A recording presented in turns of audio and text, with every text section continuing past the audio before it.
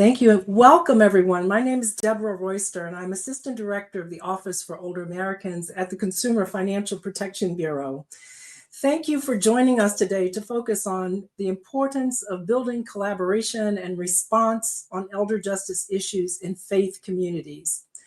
I am excited for you to hear from our panel and to have the opportunity to help us to kick off the creation of a national faith community network that also includes service providers and elder justice professionals and older people themselves from across the country. As we all know, elder financial exploitation threatens the financial security of older adults across the United States. Scams, fraud, and theft rob millions of older Americans of their money and property annually, and they may not be able to earn back what they've lost.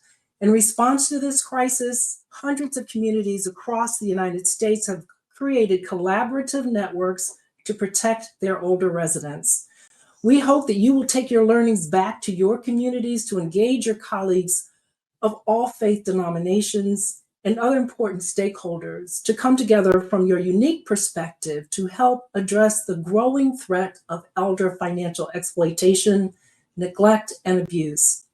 Our work at the Office for Older Americans includes helping to launch these collaborative efforts at the local and state levels to combat elder financial exploitation.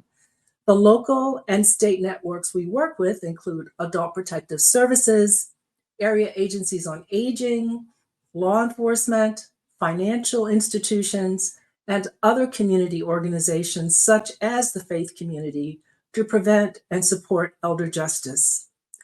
The Consumer Financial Protection Bureau also acts against companies and individuals that financially exploit older adults. For example, we banned a company named Brightspeed from payment processing, consumer lending, deposit taking, and financial advisory services after Brightspeed knowingly profited from processing payments from fraudulent services and products. The CFPB knows how important it is to protect older adults' incomes, which are usually fixed, and many people are just barely making ends meet. Along with addressing elder financial exploitation, the CFPB works to reduce costs for older customers by addressing medical debt and helps keep older consumers in their homes. We do this by going after fees that are necessary and creating rules for consumers that protect consumers against dangerous practices that make it harder to access credit or to pay off debt, and acting against companies that illegally take their money. In addition, in May 2023, we released a report showing how medical debt arriving from inaccurate billing affects older Americans, even those with good health insurance coverage. The CFPB could not complete these efforts without closely working with community organizations to understand older adults' challenges to financial well-being. Houses of worship and other faith-based organizations are trusted institutions, community leaders, and key partners in preventing and responding to financial exploitation. In today's webinar, you will hear examples of these partnerships, such as service providers and chaplains being trained on identifying signs of elder justice exploitation. We are excited to provide this opportunity to demonstrate the potential and impact of this type of collaboration and to inspire new partnerships between networks and faith-based organizations across the country. We are eager to engage with you following the webinar about potential new networks or efforts to support the financial safety and independence of older adults in our communities. We would like to thank the Church Pension Group and B'nai B'rith and all of our collaboration partners today for participating in this important discussion. We would also like to thank all of you for your efforts to fight elder financial exploitation in your communities. Faith organizations have a critical role in serving older adults and their families across the nation. I learned this as General Counsel to the District of Columbia Area Agency on Aging, and this message was reinforced for me during my tenure as Chief Executive Officer of Seabury Resources for Aging a faith-based organization that serves older adults in the Washington, D.C. region. This I know. As faith leaders, you are mission-driven and you are relentless in service to older adults and their families. You know your communities and you know the issues. You are effective and you are impactful. Finally, I would like to acknowledge and thank my colleagues Jennifer Dwayne and Lisa Schifferly for their superb efforts to bring this convening together today. Thank you, Jennifer and Lisa. And now turning to today's presentation.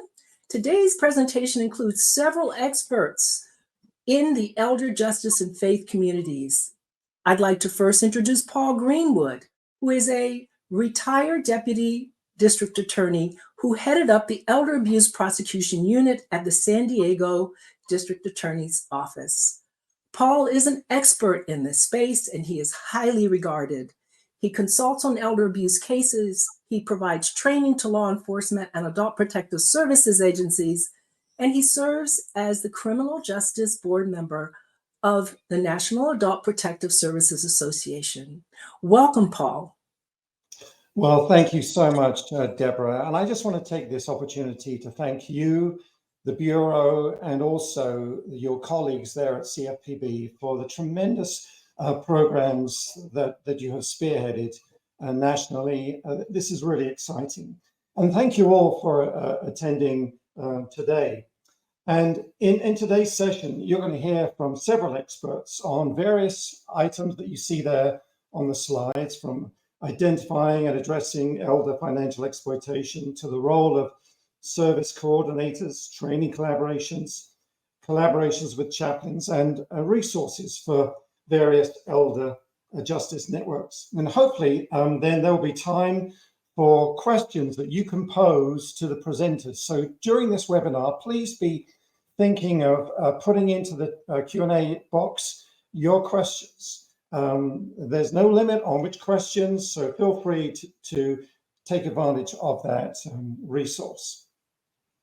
So joining me today are Lisa Schifferly, who is a senior policy analyst with the Office of Older Americans. She leads the Managing Someone Else's Money financial caregiving program, as well as the Money Smart for Older Adults program. And these initiatives that aim to protect older Americans from financial harm and exploitation. And with her is her colleague at the same Bureau, Jennifer Dwayne, who is a senior program analyst, also with the Office of Older Americans. Jennifer leads the office's efforts to launch, grow, and sustain elder justice networks. And you're going to hear more about these networks shortly, because there are so many important ways that faith-based organizations can participate in the work of these interdisciplinary groups. And then we also have with us several special guest presenters that will share their experience and perspectives. For example, Laura Queen, who is a reverend working with retirees at the church pension group. She is the Assistant Vice President of Benefits Relationship Management and directs the chaplains to the retired, Enriching Your Retirement, and other programs to help retired clergy, their spouses, their survivors, to make the most of their benefits, products, and services. In addition, her colleague Sean Scheller is going to be with us, and he's the retiree and chaplain coordinator of Benefits Relationship Management. As a manager for the chaplains to the retired Enriching Your Retirement education programs, he helps retired clergy, their spouses, and their survivors navigate their retirement years. We also have with us Janelle Doughton, who is the Associate Director of the Center for Senior Services at B'nai B'rith Center for Senior Services. She coordinates training for senior services managers and service coordinates, as well as residents of senior housing buildings. And finally, we have Jennifer Leffler, who is the service coordinator at the Allentown B'nai B'rith Housing Corporation, offering safe, affordable, and comfortable housing for senior citizens and persons with a qualifying mobility impairment. So you see we've been blessed with a real rich variety of resources that will help us navigate through this important topic of elder financial exploitation. And as you were signing in, I was just delighted to see the variety geographically of the various states that have been represented here today, from the west in California to the east in Connecticut, from the north in Minnesota to the south in Texas and Louisiana, and even off the mainland, we have a representative from Puerto Rico. So thank you so much, all of you, for joining us. And I really want to, in fact, before I talk about elder financial abuse, in fact, I will do it now. Hello, everybody. So the reason I'm with you today, and I'm just so honored to be part of CFPB's projects, is to try to share some of the lessons that I've learned in the courtroom over a 22-year period of leading an elder abuse prosecution unit in the San Diego DA's office. And during that time, and it started in 1996 when I knew nothing about this crime called elder abuse. And it was going to be an assignment that I was going to take on for 3 years only. But guess what? It became a passion and still is. But it became my assignment for the next 22 years because I discovered that by being given this immense privilege, I was walking into an area that was largely uninvestigated and unprosecuted. And it has taught me so much about the need for seeking justice, particularly for older adults and adults with disability. And one of the most important lessons that I learned about elder financial exploitation was that it takes all of us. It's not just police officers. It's not just prosecutors. It's not just adult protective services. It takes the bank teller. It takes the neighbor. It takes the clergy. It takes the hairdresser. It takes all of us to be part of the solution. You know, they've called elder financial exploitation the crime of the 21st century with good reason. And many of us have seen more and more headlines in the last few months, and certainly in the last 2 years and since COVID, of stories of victims who have been exploited. And when we think of that term, elder financial exploitation, many of us will gravitate towards scams and frauds, which is understandable. And there's a lot of that going on. In fact, one of the most common frauds and scams right now is the romance scam that many of us are familiar with.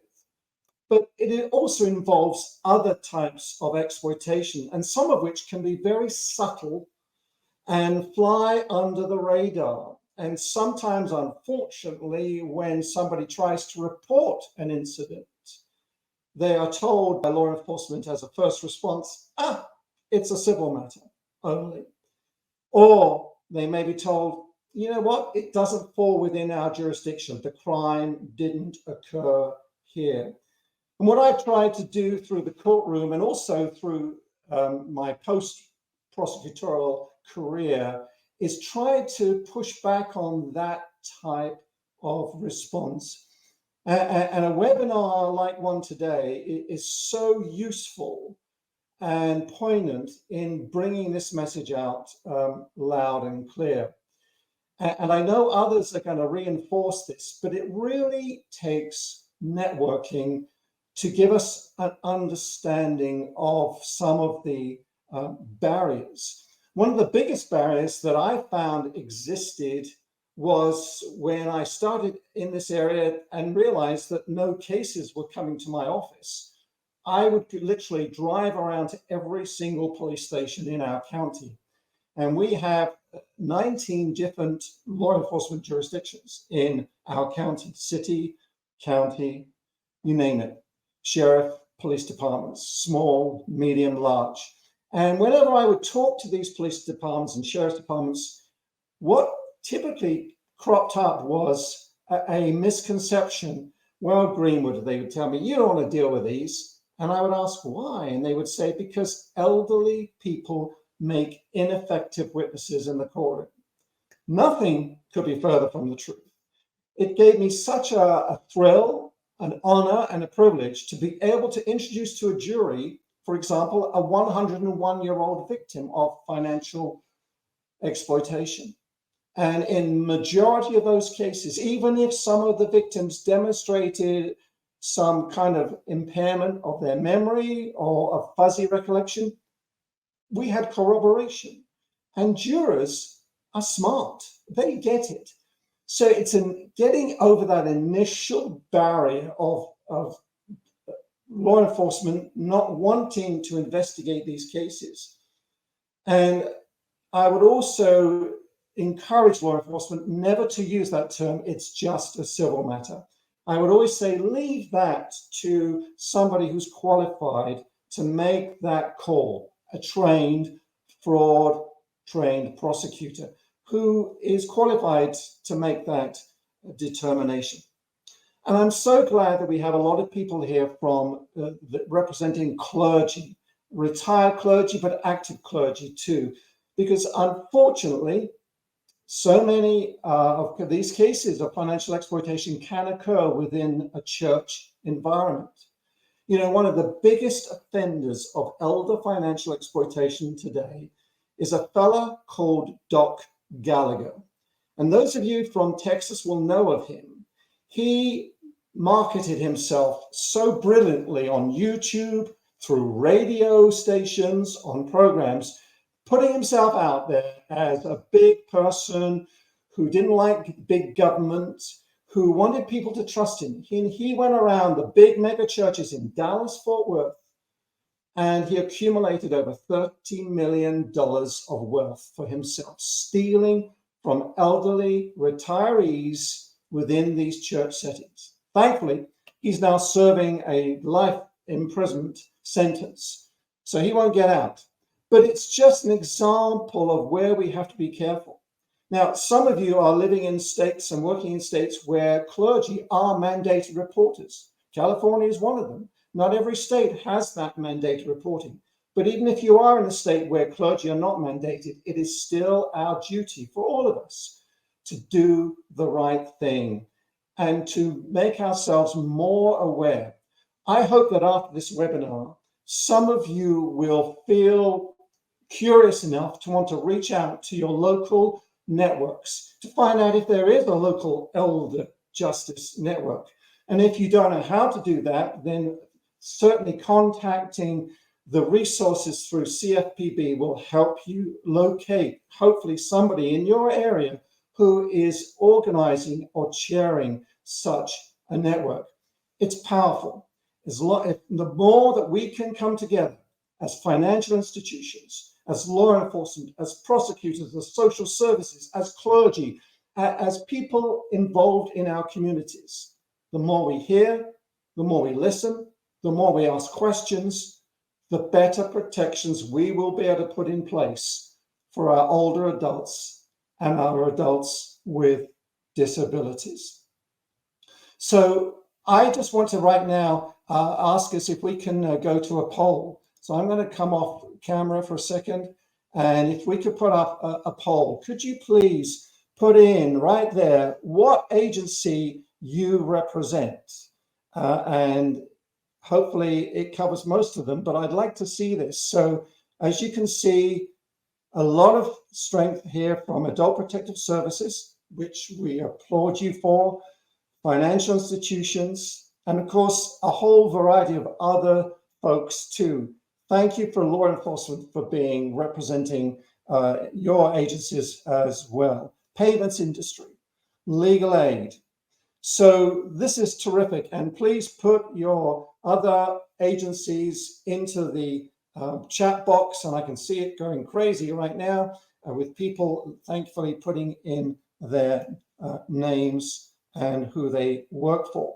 Because it is really when we come together that we can really put a dent into the perpetrators who are causing these problems. So before I hand over to Lisa, I just want to summarize what my message is for folks. It is we need to deal with and recognize the barriers that are standing in our way. We need to apply those lessons that we've learned into our daily work. we need to reach out, and we need to respect everyone at the table, what their jobs are, how they are coping with limited resources. And, I do have to give a big shout out to Adult Protective Services. I have the privilege of being on their national board, and Adult Protective Services work with limited resources and sometimes with a burdening caseload. I don't know how they do it sometimes. It's an unenviable task, but it's a task that heroes are taking on every single day. So thank you, Adult Protective Services, for being out there in all weathers, going into homes and uncovering examples of neglect, self-neglect, physical abuse, isolation, false imprisonments, and of course, a whole bunch of elder financial exploitations. So at this point, again, I want to give a shout out to everyone who is part of a network, but who is also going to become committed to being part of a network. And hello, this is Ben Miller. I can actually cover these next few slides. Paul, you referenced elder financial protection networks, and we wanted to introduce to everybody that concept because it's a fundamental concept that really will be a theme throughout the remainder of our webinar.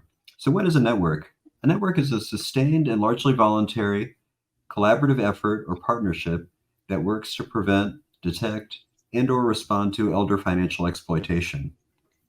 So imagine a community-based or a state-based roundtable where law enforcement is at the table and Adult Protective Services is at the table and the neighborhood library system is at the table and numerous other partners are at the table, from service providers to faith organizations like your own. Those organizations, by collaborating, sharing information, coordinating their activities, can have an even bigger impact because they're coordinated than they could operating in isolation and on their own. That's the fundamental concept behind an elder justice network. The CFPB has conducted some research on networks and found that the most common ways that networks across the country are fighting financial exploitation are community education, professional training, and case review. So those organizations that are part of networks are working together to do that education in their community. Maybe the education takes place at the library, but is delivered by the local police officer specializing in elder protection. The professional training could take the form of cross-training so that the Adult Protective Services understands the procedures and processes that local law enforcement uses to investigate and prevent elder financial exploitation. And case review gets at the ability of people to sit around the table and talk about specific cases and support each other's efforts to investigate or respond to or prevent exploitation in the community.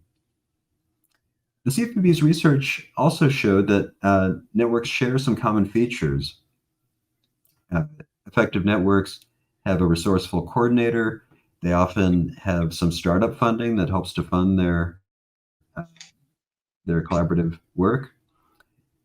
They get technical assistance support, sometimes from the CFPB or sometimes from other sources, and eventually are ready to pursue long-term activities with the help of long-term funding and staffing.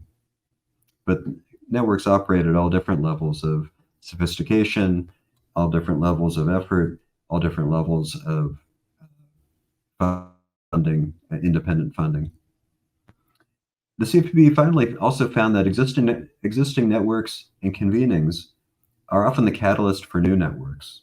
And convenings here means a kickoff event that brings together all of those community-based partners around the concept of let's work together, let's find ways to support each other's efforts when it comes to preventing elder financial exploitation and addressing it when it does occur.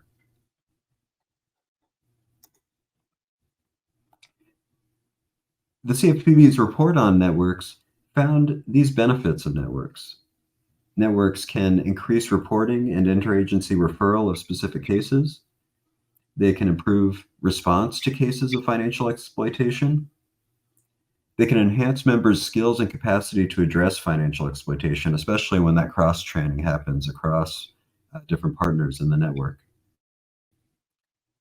Networks can improve coordination, and often do so, including the use of agency and community resources. And finally, networks often are the catalyst and the forum for collaboration on investigations when it comes to investigating and ultimately prosecuting elder financial exploitation. You'll see here on the map some of the places where the CFPB has worked to either launch networks with leadership by local partners, or to enhance the operations of networks that were already existing and operating. So you'll see here next to all the check marks, a truly nationwide array of places where now there are elder justice networks operating and working together to prevent and respond to elder financial exploitation. At this point, we'd like to invite our first community-based practitioner. I'd like to invite Janelle Doughton from B'nai B'rith to present on her organization's work in this area. Janelle. All right, thank you. So it's going to be myself. I'm the Associate Director of the B'nai B'rith International Center for Senior Services. I have a slide that explains a little bit about what we do. So, and then Jennifer Leffler is actually a service coordinator at one of our buildings. We have a housing network of 27 communities throughout the U.S. of senior housing. And so she's going to talk on the local level. So we'll go on to the next slide. And also we've got our website there. We do have some resources too.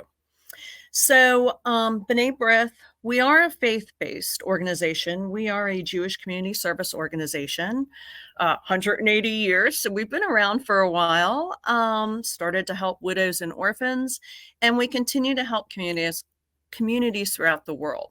So we're focused on human rights, disaster relief, community service. So the senior housing that we sponsor since the early 1970s is part of that community service. And it's partnership with HUD, U.S. Department of Housing and Urban Development. So it's non-sectarian.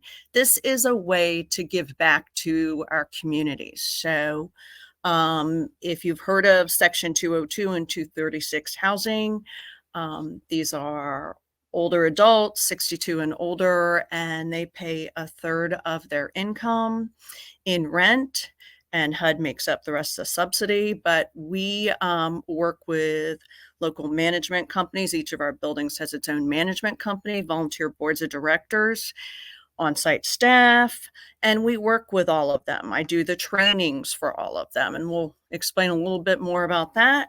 But we're in 27 communities in 16 states. We have approximately 5,000 residents at any time. Okay, we'll go to the next slide. Okay, so what do we do? Well, we've been doing this housing since the 70s. We're the sponsor, so we provide services to each of our buildings. We do training for our on-site building staff, management professionals, and service coordinators. That's an annual conference I put together. I'm also one of the presenters. And one of the things we do for our trainings is we are creating those networks that Benjamin was talking about earlier at the national level, and then hopefully at the local level as well. We do training for those members of the volunteer boards of directors of each of our buildings. We do training for residents. I do every other summer, I do a training. It's actually a week-long retreat for resident leaders, usually very active in their resident associations. And we do it at a youth camp. And we have added a lot of elder abuse, awareness, prevention to that training that they can take back to their own residents in their respective buildings as well. We do a lot of advocacy on federal issues that affect our residents. And I have to say, we meet with congressional offices that represent our residents. And we always compliment the Consumer Financial Protection Bureau on what they've been able to provide as far as prevention of elder fraud, elder abuse for our residents. We work with federal agencies. I know I used acronyms here, but HUD, U.S. Department of Housing and Urban Development, Health and Human Services, even the CDC. We do ongoing consulting and troubleshooting with all of our staff, boards, and residents. And we create national programs for our housing communities to take back to their residents, to their staff, because we're also training the staff about looking for signs of elder abuse as well. So that's what we do on a national level, is we're doing training, creating these training programs, and we're looking for national partners for things like elder fraud, education, and prevention. Okay, we'll go to the next slide. Okay, so these are some of the partners in our elder fraud training. It's been over a decade that we really started focusing on elder fraud and financial fraud scams. So our first partner was Bank of the West. They are fantastic. They have really partnered with us into prevention, being very proactive. Bank of the West, when we've partnered with them at some of our buildings to do programming, they would go talk about what kind of scams, especially making it making it so that some of our buildings, people are a little bit older, the resident population is different. So really catering it to our specific resident population. Some might be more vulnerable as far as like texting scams, whereas others, it might be phone scams. So really catering that to us. Our issue with the Bank of the West, and I shouldn't say issue, but that they only cover certain areas where we only have a few buildings. They can't come to states where they wouldn't have a presence. So we were looking for more of a national overall partner, and we did find that in the Consumer Financial Protection Bureau. But with Bank of the West, they did come to one of our trainings for our on-site staff, as long as we held in the state they had a presence in. So they did go to a lot of our buildings and collaborated on training that included maybe local or state prosecutors' offices, local law enforcement, really good partner in that. And then they came and partnered with Adult Protective Services and with us on a training for our on-site staff that was very effective. But then we really started partnering with the Consumer Financial Protection Bureau in 2018. We started with these money smarts for older adults. We did that with our on-site staff, with those local volunteer boards of directors. And then we started doing that in the buildings. Once we did the money smarts for older adults with the staff, they were able to go back and create some programming in their buildings around that. We also did managing someone else's money. Jennifer Dwayne came to one of our conferences and worked on that with our on-site staff. So Security Administration has been very proactive lately in scams, especially targeting Social Security payments. And so we have worked with their community outreach to put programs together in our buildings for the residents. National Adult Protective Services Association, we work closely with them as well, always have them at a lot of our trainings on the national level. And then we've brought local Adult Protective Services also to talk to our on-site staff. And it's really two ways. It's really to understand how to work with Adult Protective Services, because remembering that the resident, if there is an issue, they are the client, not the staff in our buildings. So how they can work together on that. Next slide, please. Okay, so we've really tried to make it, we have two facets, two ways we do this. Obviously proactive. We want to do educational events, training for the residents, the staff. And a lot of that is even not just the residents being aware of what could personally affect them and avoiding fraud, scams, but also to look out for the other residents, because it may not be the resident that's being affected that's in the midst of a scam or some sort of fraud that may even realize it. And it may be their neighbors, it may be a member of the staff.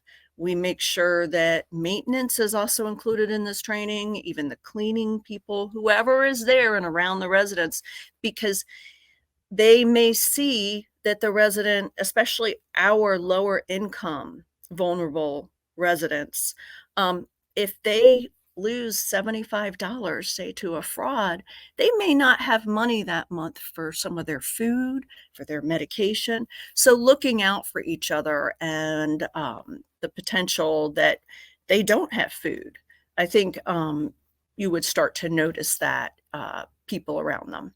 So for the building staff, we create programs around elder fraud, awareness for residents, friends, family, caregivers. It's really important that maybe the caregivers are aware of all this too. How can staff reach out to the greater community to raise awareness of elder fraud, including banks and stores? We actually did with Jennifer Duane. We facilitated that with our building staff. Who can we reach out to, and what do we need to talk to them about? The banks, and who do they go to if they know something's going on with a resident and they realize they're living in one of these buildings? Who do they go to? And if it's a HUD assisted property, usually a larger one will have a service coordinator. Luckily, most of B'nai B'rith buildings have service coordinators. Jen's going to talk about that in a minute. And they are usually mandatory reporters, but also knowing that if you reached out to management, even this is not going to get somebody evicted. Management is going to want to support the resident in any way they can too. And of course, for residents, we do education, awareness of scams, fraud, all that kind of programming. And it needs to be annually, if not more, because fraud scams change. They especially during the pandemic. Once one became successful, there were variations on it, and people can fall victim to these scams, even people that would never even think they would. Okay, we'll go to the next slide. And again, reactive. So that was proactive. Reactive is everybody needs to know what to do if they do fall victim to a scam. We may do everything we can proactively, but it can still happen. So reactively is for training. What are the potential signs for staff to watch out for? What outside agencies do they report the fraud to? Understanding the process of how to report that and who would be a mandatory reporter. And working with adult protective services. So we've been really proactive on bringing APS in to work with our on-site staff. And for residents, what do they do? Who do they report this to? Can that get a resident evicted? Making sure that everybody understands that that would never happen. Okay, I'm going to turn it over to Jen. Okay. Hey, everybody. Hi, Jenna. Hi, my name is Jen Leffler. I am the service coordinator at B'nai B'rith Apartments in Allentown, Pennsylvania. I have been for 13 years. I've been in the field for about 20. I have a bit of a background in guardianship, case management, area agency on aging, all that fun stuff. So like Janelle said, I'm going to be talking on more of the local level. So I'm going to echo her a little bit too. We try to be proactive and reactive as well.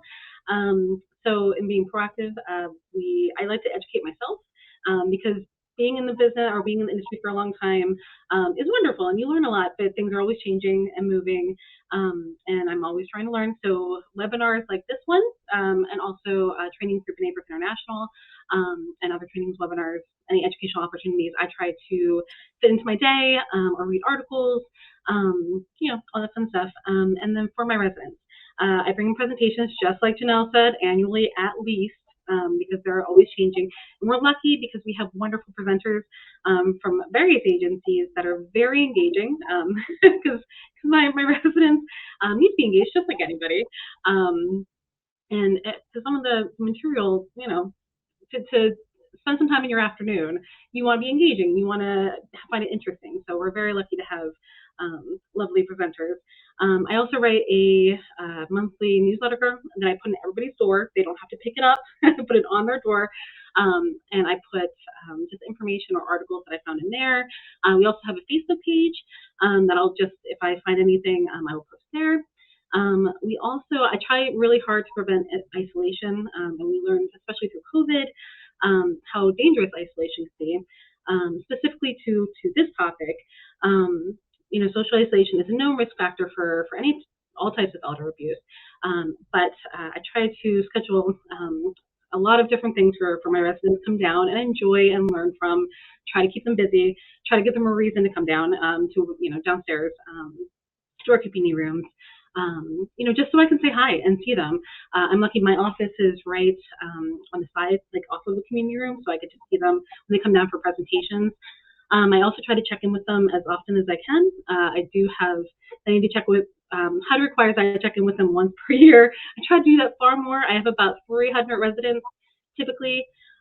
So I do try to check in as much as I can, just to say hi, so we get to know each other, so I can see if there are any differences, or any red flags that I see. I also try to have a close communication with both our maintenance staff and our management team, and just so that they can let me know if they see any red flags, like through our recertification, or our maintenance staff when they're in our residents' apartments, doing repair, whatever. And just so if they see anything that's different or just a red flag that they can let me know about, and then we can address.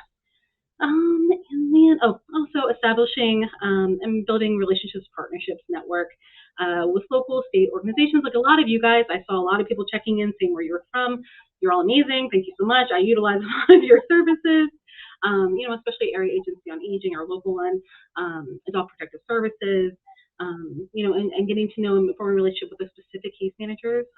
Again, we're very lucky that we've had case managers for years that we can communicate with and talk with and make sure that we're doing the best thing for our residents. And also like our local state representative's office, our mayor's office, we have a senator that we have a great relationship with. Also our attorney general is really wonderful. We have a representative come in annually, at least. So biannually maybe, to come in and do a presentation on fraud, on elder fraud. Also local banks. Actually, in about 2 weeks, I have a bank representative coming in and talking about this specific topic.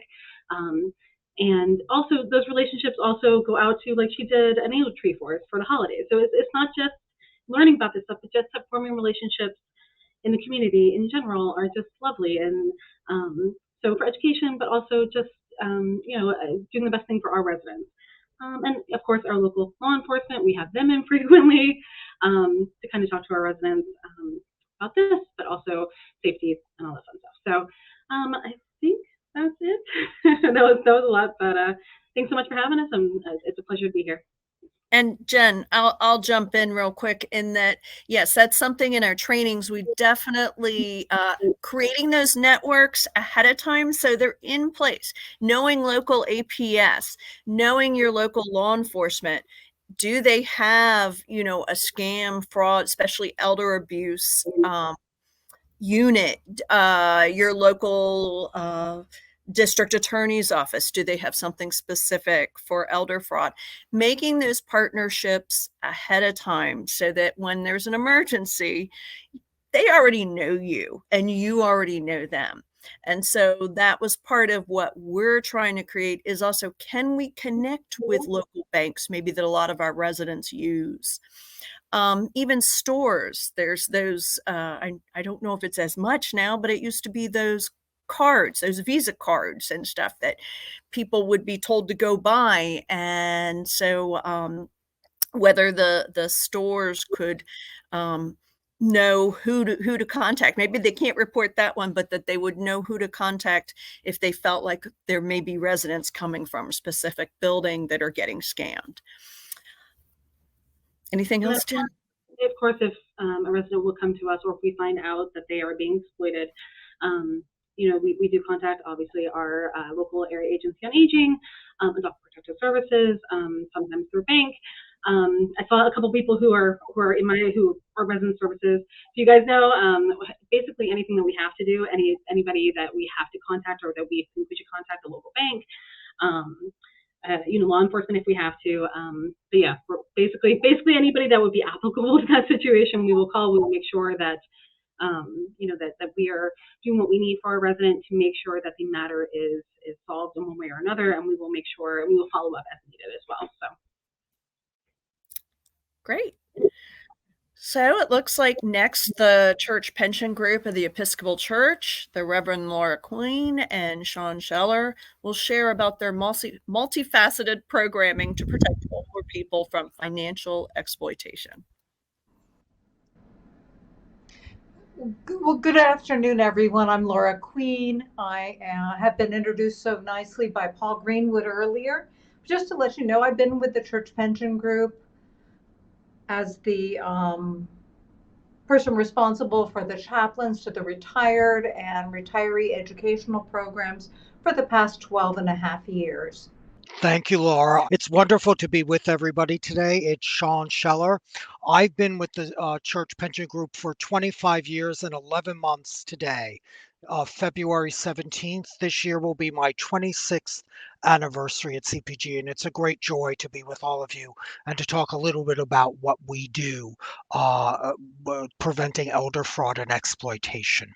So you might not know, but I'm going to tell you that the Church Pension Fund was founded in 1917 to provide pension benefits for eligible retired Episcopal clergy. Since 1917, we've sort of expanded. We now provide pension and other benefits to not only clergy, but to all of the lay employees of the Episcopal Church. And not only pension benefits, we also supply medical benefits, life insurance benefits, property and casualty benefits for Episcopal churches and institutions. And we also publish all of the liturgical books, all of the materials people would use at a worship service on a Sunday morning, or probably more recently on Christmas. And we also offer a whole line of spirituality-centered books for those Episcopalians who like those kinds of things. So the pension group has provided financial education for all of our members throughout their entire career. Some of the programs we offer are Success After Seminary for somebody trying to get their first job after going to seminary. Then there's Planning for Wellness for people who are in their mid-career or at the start of their career. Then Next Stop Retirement is for people who are thinking about retiring. And then the one that Laura and I do the most of is called Enriching Your Retirement, which is how to live your best life, enjoying your pension and other benefits from the Church Pension Group. We've developed a variety of ways to reach out to our retired clergy. And one of the most successful ways has been with our chaplains to the retired program. We have 84 dioceses participating in this program. The bishop appoints generally a retired cleric and often their spouse to serve on the bishop's behalf to help the bishop keep track of the retirees that are living within their residential diocese. We currently have 266 chaplains to the retired. They are serving the more than 10,000 retired clergy and beneficiaries, which are the surviving spouses or their dependent children. We work with these chaplains on a regular basis. We hold quarterly webinars, annual meetings for networking and education, and we have regular correspondence with them through email and over the phone and even snail mail. We host quarterly Zoom meetings with them as well. We became very good at that a couple of years ago when we were all homebound during the pandemic. And it was an honor to help everyone that we serve learn how to connect to the internet, learn how to protect themselves while they're on the internet, and to be involved with us when everyone was working from home and shut down and the world was undergoing the pandemic. We started looking at our financial education programs and realized very early on that fraud was becoming more rampant. And so we reached out to our colleagues at the Consumer Financial Protection Bureau to talk about and to learn more about the Money Smart for Older Adults program. And we were honored to have Jennifer Duane join us for our provincial chaplains meetings in 2018. We host annual meetings, as I said, with the chaplains. We get around 50 to 60 chaplains attending. We hosted these 4 meetings, and Jennifer came and did a training of trainers with the Money Smart program. It was very, very effective. What we did is we had each of the chaplains participate in the program. Jennifer presented the highlights and the details of the program with them. And then they worked together in small groups to figure out how are they going to take this program back to the retirees that they serve, who then can take it back to perhaps their congregations and the communities within which they live. Again, there's 10,000 retired Episcopal clergy and beneficiaries throughout the country, and it was a very effective way to spread the good news about this marvelous program that is an easy program to train people on and to encourage people to use as a tool to help educate people and to provide our members with valuable information that not only just raise their awareness about financial fraud, but how to prevent others from becoming victims. So once we had our good friends at the CFPB on our radar and in direct contact with them a lot, we were able to expand our network. And we had in 2019 our national chaplains meeting where we had a little over 200 chaplains in attendance in Denver. We worked with the local AARP Fraud Prevention Network, and we set up a telethon in one of the meeting rooms. We had a bank of telephones. You all remember what a telephone is, one of those Bakelite phones.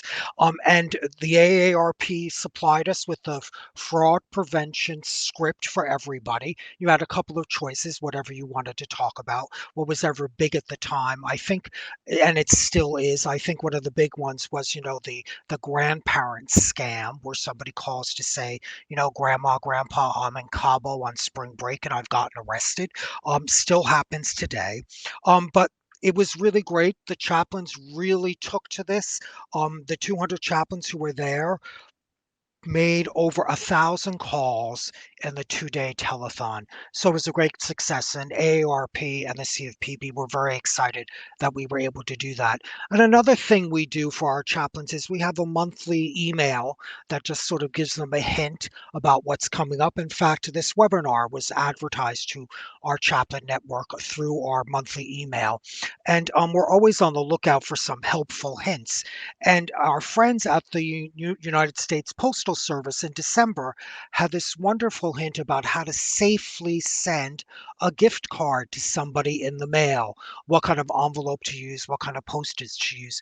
So it was really kind of the Postal Service is a trusted resource. So, they give us good information. It isn't, your brother-in-law's best friend who happens to work at the post office, but it was actually the post office saying, this is a safe way to send a gift card to your family or to your children or grandchildren. Another thing we've done is through our connections at the CFPB, we've met many amazing people with a passion for elder justice and preventing elder abuse. And so we host quarterly webinars. They sort of started during the pandemic, but they've continued to this day. We still try and have 3 or 4 webinars for our chaplains and other Episcopal clergy and lay employees who might be interested in attending them, to provide relevant financial education and fraud prevention information. And as you can see on the slide, in 2020, we had a webinar with Philip Marshall of Beyond Brook. And for Episcopalians, this is close to home. Brooke Astor was a faithful Episcopalian. So, and Philip is really passionate about preventing elder abuse, especially with the experiences he had with his grandmother that made national news.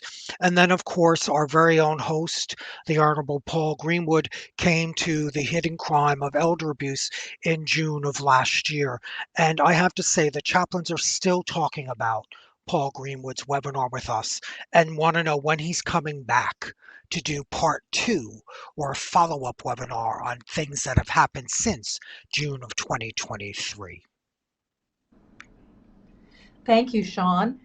One of our hallmark programs that we do is the Enriching Your Retirement. I'm going to talk a little bit about that, but first I want to just let you know that in addition to the webinars and our work with the chaplains, we host a variety of programs both in person and online. And in 2023, the retiree education team engaged with over 2,800 of our members in either online or in-person educational events. That's just our little team here at the Church Pension Group. Our chaplains engaged with over 70,000 retirees 2 years ago. They reach out through their communications, through their newsletters, through their in-person meetings or online meetings, and they really help us as a network to get out to all of our members through all of their engagements throughout the year. So an EYR is a 4-hour lunch meeting for retired clergy, their spouses, and surviving spouses. These meetings are held at a church or a church-owned location in a diocese where the retirees live. It's again, just a 4-hour program, and we always provide lunch, which brings people out. But there are opportunities for sharing communications, for talking about financial education, and to build community with our beneficiaries where we can help them to become equipped and aware of the various ways that they need to protect themselves. We've been working with the Protection CFPB, the SEC, and AARP since 2013 to provide these much needed educational opportunities for our members to help them to understand and recognize when they're being targeted. These are some of the things that we include in our Enriching Your Retirement, and we love this slide. We took it right from the Consumer Financial Protection Bureau, examples of fraud exploitation.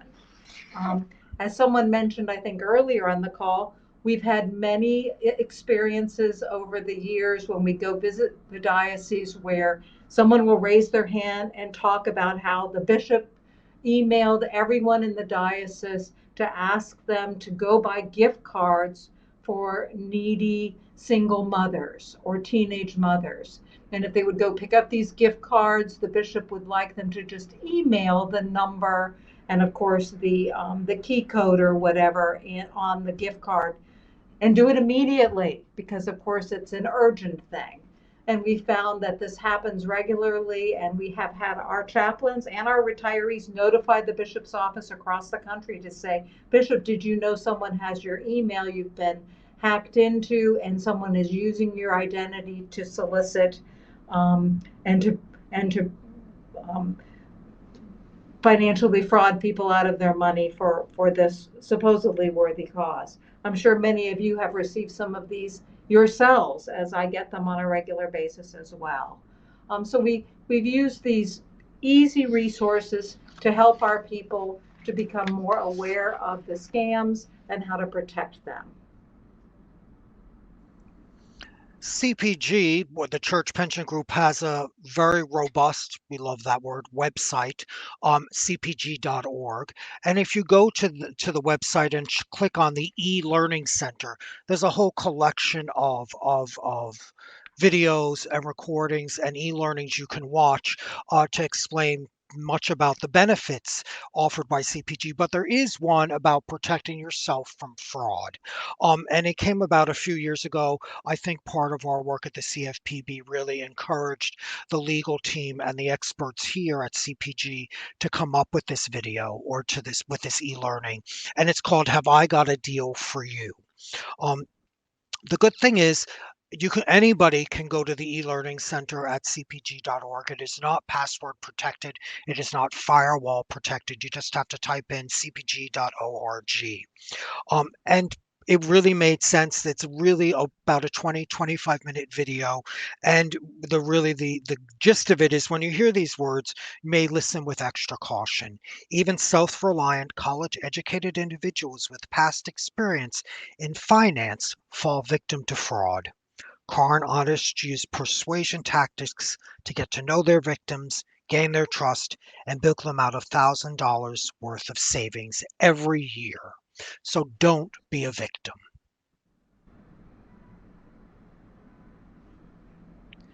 We also have developed resources. We have found that our retirees like things in print and in writing.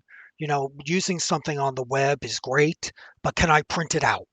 So we put together, with help here and at CPG with our experts and with resources from the CFPB and AARP, a fraud protection checklist that we use at every one of our EYRs. And we offer these in a workbook so people can take them home.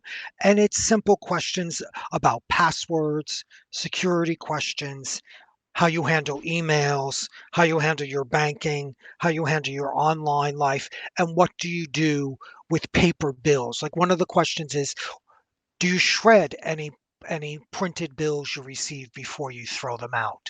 Who would know your passwords? Do you change them often? So just really some helpful hints, and it's a yes or no. We have found that our people love questionnaires and doing things in writing and answering their yes and no questions, so they sort of have an action list of their own that is very personal to them, that they don't have to share. And it's a wonderful resource that people have really enjoyed using, and often will tell us they've taken it and given it out to their folks in their diocese and in their community. Laura? This is one of the last slides that we always show, are resources, so that we can point our members to resources that can help them immediately, or resources that they can share with others, in addition to in-house resources that we have. But our efforts with the Consumer Financial Protection Bureau, with fraud prevention and education, have been so successful that when we rolled out a new health plan to our members in 2022, that included a visiting nurse benefit. A visiting nurse would contact our members to try to schedule an appointment to come to their home, to do a basic screening, and then communicate with their primary care physician about any health needs that the nurse would find. This is a benefit that's provided to all of our members with this new healthcare plan. Our members were so concerned about these agencies calling them to say they were going to come to our house. The suspicion raised so much that they started calling our client services and our healthcare, the healthcare company, to question the validity of these calls and these attempts to help keep them healthy and well. And so we've had to handle many, many issues and encourage folks to take advantage of one of these wonderful health benefits that they have, even though they think they're, being targeted by some kind of fraudsters. We have involved all of our faith communities, from the parish level to the diocesan level to the church pension group, in educating them and providing them with much needed resources so that we can disseminate the information and work together to protect our members, all of them in our parishes and our retirees, from becoming victims of financial fraud and abuse. This particular slide, as you can see, lists some of the government agencies that we've worked with over the years and we refer people to, but we also have a chartered financial consultant that you see here, Larry Dresner, is available to all of our members if they have any questions about their finances. They can schedule an appointment and meet with Larry and talk with him about any ideas they have, any ways that they might be trying to make their retirement paycheck last over the years.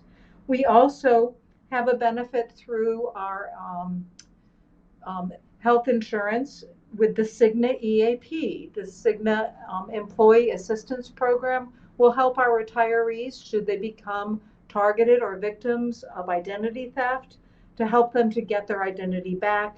It's a very good and useful tool that we've heard positive results from. We also have a tax preparation hotline. The fund itself sponsors this tax hotline for our clergy, because clergy taxes can be complicated. But for them and their churches or institutions can contact the tax hotline that we provide for them to ask questions so that they are on the right track and again don't become targeted or victimized. The Church Pension Group had founded over 100 years ago to care for retired leaders in the Episcopal Church. And over the years, we've proactively worked to help keep all of our members informed and cautious and aware about elder abuse and financial fraud. Thank you so much. We hope that you can create networks too in your faith communities or in your local community to help spread the word about protecting our seniors from financial fraud. Thank you so much. Thanks a lot. And hi, everyone. This is Lisa Schifferly. I'm a senior policy analyst in the CFPB's Office for Older Americans. And I'm going to just share with you some free CFPB resources that might be helpful to your faith-based community or to your network. I'm going to talk about our network development guide, managing someone else's money, Money Smart for older adults, and then how and where to report elder financial exploitation. So let's start with the network development guide. You heard earlier from Ben about networks, and our main tool for networks is this web-based network development guide that you can find at consumerfinance.gov/elder networks. It has all the materials you need to plan network convenings. It has a lot of user-friendly planning materials, including sample invitations, a facilitator guide, worksheets, and other documents. It also has resources for follow-up after your first convening, so it can help you not only start a network, but grow a network. And it's really for you to pick and choose from the parts you want to use for your particular network. I also want to share with you our resources for financial caregiving, because we know a lot of people will go to their faith-based communities when they have an issue with financial caregiving. They may seek counsel from clergy. And one of the materials we have here is called Considering a Financial Caregiver, Know Your Options. This is designed for someone early in the caregiving process. So maybe someone comes to you and says they're starting to notice that a loved one needs help managing their finances, or maybe someone's planning ahead for their own financial future. This walks them through the options they can take: informal caregiving, like a convenience account, trusted contact. It also covers formal caregiving options like power of attorney, guardianship, trusteeship, and goes through a series of questions they may want to think about in order to figure out who is the best person to choose as their financial caregiver. So these can all be found at consumerfinance.gov/MSEM, like managing someone else's money. And so that guide that I just talked about is part of our Managing Someone Else's Money Guides suite of materials. And these are designed for people who are financial caregivers. These are just regular people who may be put in the position of acting as an agent under power of attorney for a loved one. So these provide tips and resources to help fiduciaries in terms of protecting, investing, and managing money for a loved one. We have a separate guide for power of attorney, for trustees, for guardians, and for government fiduciaries. They also describe warning signs of financial exploitation and provide information on where to get help if somebody is experiencing elder financial exploitation. So the first guide, the most popular guide that I want to talk about, is about the power of attorney guide. You've probably heard of a power of attorney. That's when somebody known as the agent gets legal authority to make decisions about someone else's money or property. Often people do this as part of making their will. They also create a power of attorney. It's very helpful if someone becomes sick or injured and can no longer manage their own finances, to have somebody named in advance who they know and trust, who can manage their finances. It can make things easier for loved ones if they become unable to manage finances. And a lot of people are worried about losing control, but the power of attorney can be set up so that you don't lose control of your finances until you're no longer able to manage them. So that shouldn't be a barrier to people considering getting a power of attorney. So that's the guide that helps people who are acting as agents of power of attorney. We also have one for representative payees and VA fiduciaries. These are for people who may be helping somebody manage their Social Security benefits or their VA benefits. The important thing to know here, if you're helping somebody in this role, is that those government fiduciaries only have authority to manage the government benefits. They do not have authority to manage any other financial affairs, property, or medical matters unless they have a separate power of attorney or separate authority. The Social Security rep payee and VA fiduciary just gives them authority to manage the benefits checks. So this guide can be a helpful guide for people in that position, also to show other people, because a lot of people don't understand how the government fiduciary role works. Now, what's a guardian of property? We have a whole separate guide about this because guardianship and conservatorship, as some states call it, is another really important issue that people may come to faith-based communities about. This is when a court names someone to manage their money or property because the court finds that that person can no longer manage it themselves. This may happen in case of an accident or sudden illness. I can give you a quick example of, unfortunately, my grandmother, when she was in her 70s, was hit by a truck and went in a coma, and she did not have a power of attorney. So we had to get guardianship and go to court in order to pay her rent and handle her affairs. So that's just sort of a story to remind people why power of attorney can be helpful. And if not, guardianship is another helpful alternative if you don't have the power of attorney. Finally, we have a guide about trustees. These are trusts, revocable living trusts that we were talking about. And these trusts allow people to pay bills and manage finances. You can basically put a portion of your money or property into the trust. And so say you could give a car to one adult child and $10,000 to another adult child in trust, and they just get authority over that money or property. And the other thing about the trust is it can go on after you pass away. It lives on after the person who creates it dies, as opposed to the power of attorney, which terminates upon death, and then you need an executor of the estate. So that's a lot of information, but that's why we have all these guides, and you can order them for free in bulk in English and in Spanish to have available to the people you work with. The last resource I want to tell you about is Money Smart for Older Adults. You heard about it from other speakers today who have used it.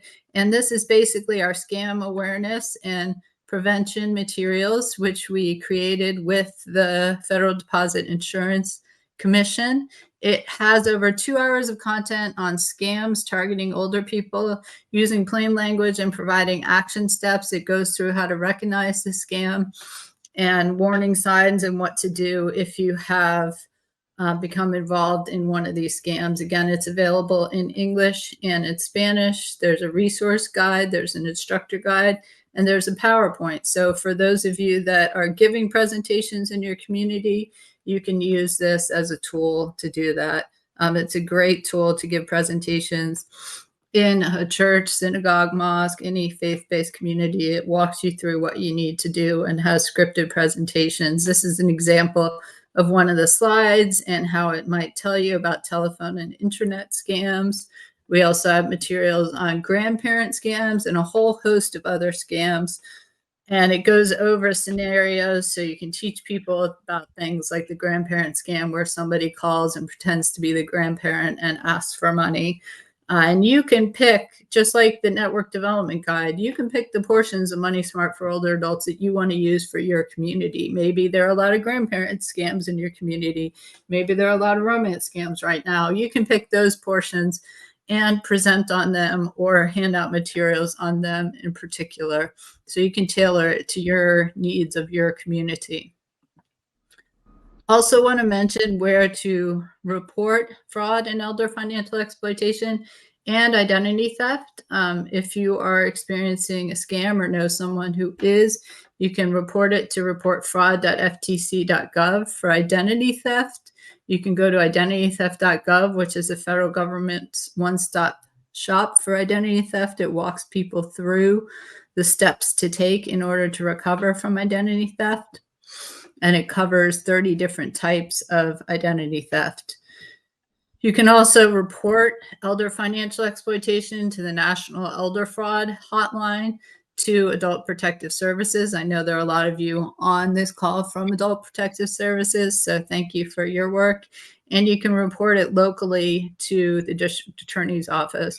Of course, if someone is in imminent danger, call 911 right away. There are a few other things in terms of reporting elder financial abuse. Some people are often worried about, what do I need to know in order to file a report? The important thing to know is, even if you don't know all of these things, it's still good to report. Report as much as you do know. Some things that are good to know are the time, date, and location of the incident, the names of anyone who was involved, names of any witnesses, description of the type of abuse, whether your loved one or the person who is the victim had any disabilities or health conditions, and whether you believe there's an urgent risk of danger. Those are some of the things that are helpful when reporting, but again, it's important to report even if you don't have every single piece of information. That other information can be gathered later. Finally, I just want to mention a few additional places that you can report elder financial exploitation. If it happens in a nursing home or assisted living, there is more information about that here. If there's elder financial exploitation involving misuse of Social Security rep payee or VA fiduciary, you can report that to the government agency. If it relates to guardian or conservator, you can report it to the court. And we already gave the information for reporting to the FTC. You can also report scams involving the mail to U.S. Postal Inspection Service. But the most important thing to do is, please do encourage people in your community to report scams and elder financial exploitation, because reporting it helps law enforcement identify trends and go after bad actors. So really, by reporting a scam or encouraging someone to report the scam, you can help prevent someone else from becoming a victim of that scam. And now that I've provided those resources, I'm going to turn it back to Paul to moderate our Q&A session. I know we've gotten some questions in the chat that we are looking forward to answering. Yes, and thank you so much, Lisa, for that. And I'm going to invite the other presenters to turn their cameras on. And I do hope you will take advantage of those great resources that CFPB have published. I know as a prosecutor I did, and they've been really, really helpful. So we've only got about 5 minutes, unfortunately, for questions, but I want to ask Jennifer, particularly Jennifer Duane, about networks. Can you explain more about the case review role that networks play? This question has come in. Yes, I can try. It is a complicated part, one of the more complicated functions of an elder justice network, which, by the way, can be a multidisciplinary team, a FAST team, an elder abuse prevention task force, or other. They come under a lot of names. But the case review portion of what networks do, it is not done everywhere, and sometimes because it is quite complicated, and the biggest complication is confidentiality. In my experience, getting on 25 years now, the networks that I have seen successfully conduct case review tend to be very tight-knit with a very controlled groups of people. Sometimes they have to be county workers, depending upon what county council has to say about it. And sometimes they can be much broader with legal services and others involved. And we hope the broader model continues to grow. They are often organized under MOUs, and in the case review process, there's frequently a confidentiality agreement that has to be signed, and no paper leaves the room and that type of thing. But they do vary from network to network. And what I can say is that there is a really great resource at the end of under the resource page of the Network Development Guide at CFPB, and I believe there's a link in the links in the FAQ and links here, but it's consumerfinance.gov/elder networks. So it's our website, Elder Networks. And if you go to the resource guide, there's a link to a wonderful resource put out by the DOJ, Talitha Gwynn, that talks about network development and specifically case review teams. So I would encourage you to look there for more specifics. Paul, do you have anything to add? You've been out in the field with these for a long time. Well, case reviews are a phenomenal part of networking. And again, within the context of confidentiality, it's a wonderful opportunity. And also, it allows folks in the room to discover new areas of fraud perpetration that's going on in their community, which then allows them, without mentioning facts, to educate other people within their own circle of contacts. So I can't stress enough the importance for prosecutors, law enforcement, APS, and others to get together and share information. By doing that, we'll close in on a lot more of these perpetrators and identify them. We've had a question for Sean. People are really responding to the checklist. How do they get hold of a copy of the fraud prevention checklist, Sean? I've put in the chat. You can just email me and I'll be happy to send one to you. It's a 2-page PDF. Great. Thank you so much. Now, I don't know whether Lisa can chime in on this one. What about, does the law or responsibility change if you're a relative of the person being abused or the abuser? Does the laws change? Well, that's going to depend on state law, but I mean, one thing to keep in mind is that you don't get off the hook just because you're a family member. If you commit elder financial exploitation, it's not an excuse to say, oh, that was my mom or that was my brother or something. So it's still elder financial exploitation if it's done by someone you know. Some states may have certain enhancements or different laws for relatives, or if it's considered domestic abuse, it could be charged differently. But the bottom line is that elder abuse is elder abuse, and can be charged in some way, shape, or form, if whether it's a stranger or someone that knows the person. Thank you. And so just in the last minute of Q&A, Janelle Dalton, is B'nai B'rith housing exclusively for people who've experienced elder financial exploitation? Oh, no, it's 62 and older. You have to qualify by income, but that's it. Great. Well, thank you. Thank you so much. And forgive us for not covering other questions, but time has unfortunately got away with us. So right now, I'd like to hand back to Lisa, who's going to share about 3 more slides of resources, and then we'll be back to Jennifer Dwayne to wrap it up. Thanks so much. So in addition to the resources we shared before, I wanted to let everyone know that we have a whole suite of these webinars that are designed for networks that you can find on our YouTube channel. There are ones that are substantive about different areas of the law, as well as ones that are procedural about how to form and create a network. Also, if you're wondering about whether there's a network in your area, you can look at the DOJ Elder Justice Network. The rest of these links are things we talked about before, the development guide, and there's a memo for financial institutions, as well as a FinCEN advisory.